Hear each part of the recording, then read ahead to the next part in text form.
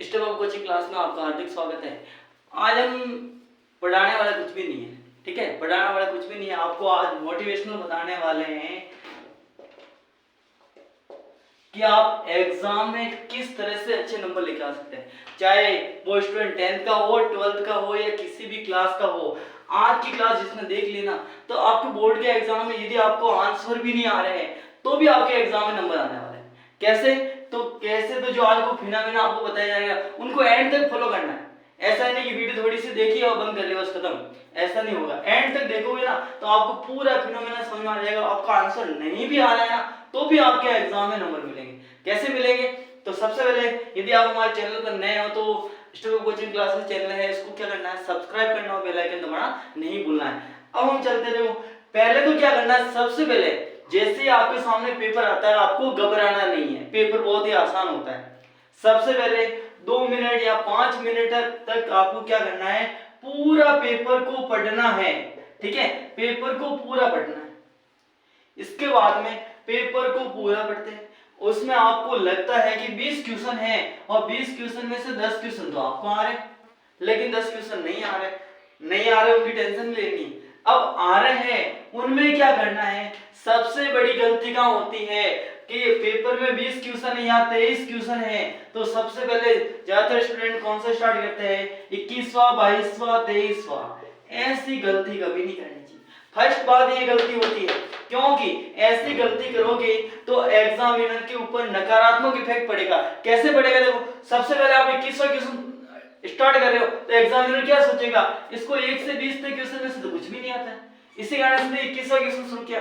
तो आपको क्या करना है, देखो स्टार्टिंग में पहला क्वेश्चन शुरू नहीं करो कोई दिक्कत नहीं, दूसरा क्वेश्चन भी शुरू नहीं करो कोई दिक्कत नहीं, लेकिन स्टार्टिंग 1 से 5 तक क्वेश्चन में से ही आपको पहला नंबर लिखना है।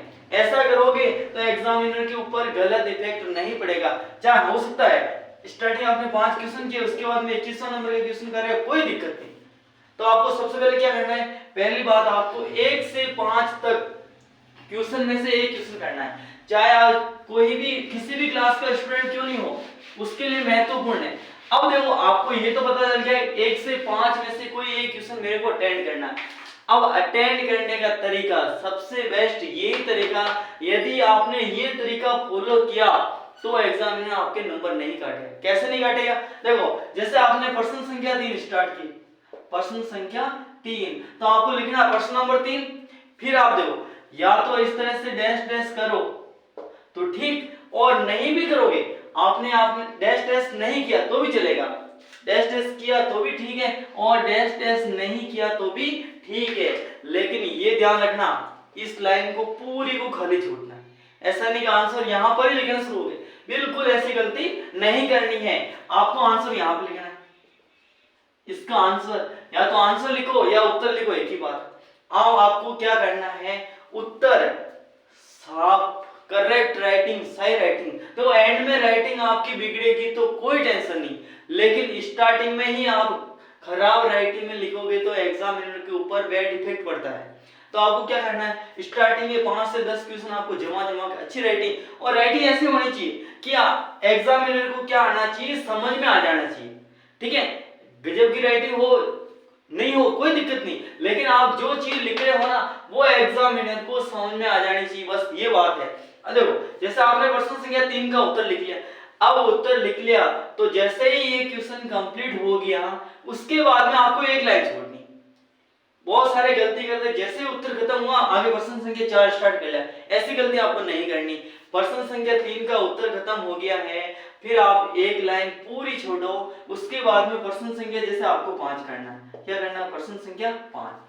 फिर ये प्रश्न संख्या 5 लिखा, इसके बाद में ये लाइन डैश डैश डैश करो तो ठीक, नहीं करो तो कोई दिक्कत नहीं। फिर इसका आंसर लिखना है, क्या लिखना है, आंसर। अब इसका आंसर लिखा, फिर वापस पूरी की पूरी जब तक है ना खत्म नहीं हो जाए तब तक लिखते रहना, और स्टार्टिंग में 5 से 10 क्वेश्चन तो ऐसे राइटिंग में लिखना है कि एग्जामिनर के ऊपर ऐसा इफेक्ट पड़ेगा, आपको गलत आंसर भी लिख रहे हो तो भी क्या देंगे, नंबर।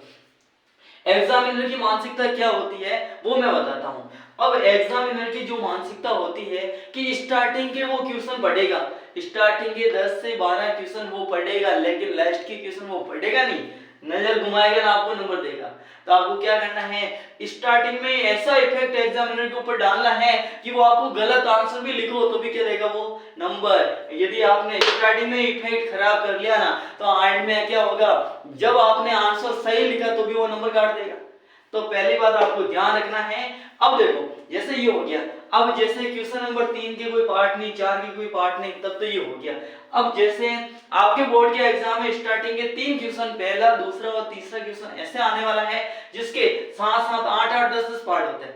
अब जैसे प्रश्न संख्या 1 स्टार्ट कर रहे हैं, तो जो पहला क्वेश्चन होगा वो ऑब्जेक्टिव टाइप आंसर देने होंगे, लेकिन यहाँ पे लड़के क्या कर लेते हैं, तो पहली गलती ये नहीं करनी है, आपको तालिका बनाकर उत्तर नहीं देना है, क्योंकि प्रश्न में अंदर नहीं पूछा है कि आपको तालिका बना के उत्तर दो, तो आपको उत्तर तालिका बना के नहीं देना है। अब देखो प्रश्न संख्या 1 का उत्तर कैसे देना है वो मैं आपको बता रहा हूँ। जैसे प्रश्न संख्या 1, इसके भाग होते हैं नॉर्मली 10 से 12 भाग होते हैं।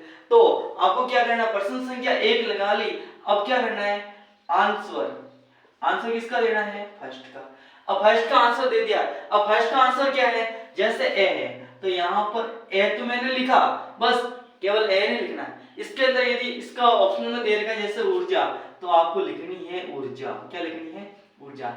इसके बाद में ये तो आपने लिख लिया, इसके बाद में सभी स्टूडेंट ये कंजूसी करते हैं कि एक यहाँ पे लाइन नहीं छोड़ते। अरे माध्यमिक शिक्षा बोर्ड ने है ना इतनी बड़ी कॉपी बनाई कि आपकी कॉपी भर ही नहीं सकती, और भर भी जाएगी तो आपको सप्लीमेंट्री मिल जाएगी। ये आपको टेंशन रखना नहीं, जैसे ही एक आंसर हो गया उसके बाद में आपको एक लाइन पूरी छोड़नी। यदि एक लाइन नहीं छोड़ोगे तो ऐसे आंसर भी मिस हो जाते हैं जो एग्जामिनर पढ़ते ही नहीं। तो एग्जामिनर को सभी क्वेश्चन को आपका ध्यान देना चाहिए कि ये क्वेश्चन मैंने आंसर दिया, फिर आप एक लाइन छोड़ो, फिर लिखो आंसर सेकंड। क्या लिखो, आंसर सेकंड। अब इसके अंदर वे है तो वे लिखो। जैसे यहाँ पे क्या संवेग है तो लिख लिया मैंने संवेग। क्या लिख लिया, संवेग। ये लिखने से एग्जामिनर के ऊपर अच्छा इफेक्ट पड़ता है। क्या पड़ता है, अच्छा इफेक्ट पड़ता है। अब वापस एक लाइन वापस छोड़नी है, फिर आंसर थर्ड, इसका आंसर देना है, थर्ड नंबर का आंसर देना है। यदि इसमें दे है तो दे लिखो। जैसे यहाँ पर आ गया द्रव्यमान, क्या आ गया, द्रव्यमान। अब ये चीज आ गई। अब देखो ये चीज आ गई तो क्या करना है, आपको इस तरह से एक एक लाइन छोड़ छोड़ के लिखोगे तो एग्जामिनर के ऊपर सीधा फोकस आपके आंसर के ऊपर पड़ेगा। और ए वैसे ऐसे लिखकर नहीं देना है, जैसे ए लिखा तो ऊर्जा है, ऊर्जा 5-10 सेकंड का तो टाइम वेस्ट होगा, लेकिन एग्जामिनर के ऊपर ऐसा इफेक्ट पड़ेगा ना तो आपको अच्छे से अच्छे नंबर दे देगा। अब तो ये तो होगी पहले क्वेश्चन की बात। अब सेकंड क्वेश्चन, अब देखो सेकंड क्वेश्चन में आ गया रिक्त स्थान की पूर्ति करनी। तो लड़के सब क्या करते हैं, जैसे पहले का जो इसका है, जैसे प्रश्न संख्या 2,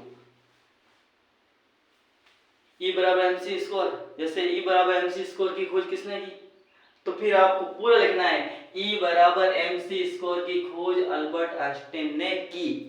ऐसा नहीं कि अल्बर्ट आइंस्टाइन बस ये हो गया, अल्बर्ट आइंस्टाइन ऐसा नहीं लिखना, आपको लिखना है E बराबर MC स्क्वायर की खोज अल्बर्ट आइंस्टाइन ने की।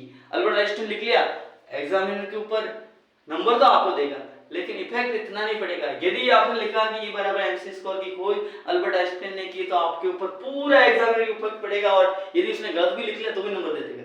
ठीक है, यदि आपने अल्बर्ट आइंस्टाइन लिखा गलत तो गलत, लेकिन आपने पूरा लिखा तो यदि आपने गलत भी लिखा तो भी आपको नंबर मिलने के क्या रहते हैं, चांस रहते हैं। ठीक है, जैसे गणित जो शून्य की खोज किसने की, राइट, आप आर्यभट्ट लिखोगे, आपको आर्यभट्ट नहीं लिखना है, क्या लिखना है, शून्य की खोज आर्यभट्ट ने की। अब देखो ये तो रिक्त स्थान वाले क्वेश्चन हो गए।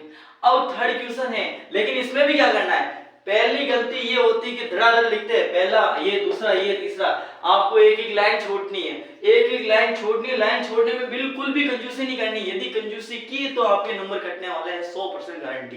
तो आपको क्या नहीं करनी है, कंजूसी नहीं करनी है और आराम से देना है, हड़बड़ाना नहीं, आंसर को देख लेना है, एक नंबर का सवाल है ये। अब क्या करना है, एक एक लाइन छोड़नी इसमें भी जरूरी है। इसके बाद में क्या करना है, जैसे ही आपके नेक्स्ट आगे वाला पूछा जाए, अब थर्ड नंबर के क्वेश्चन में क्या करोगे, थर्ड नंबर के क्वेश्चन में भी क्या करना है, आपको एक ही लाइन तो छोड़नी, इसके अंदर क्या करनी है, एक ही लाइन छोड़नी है।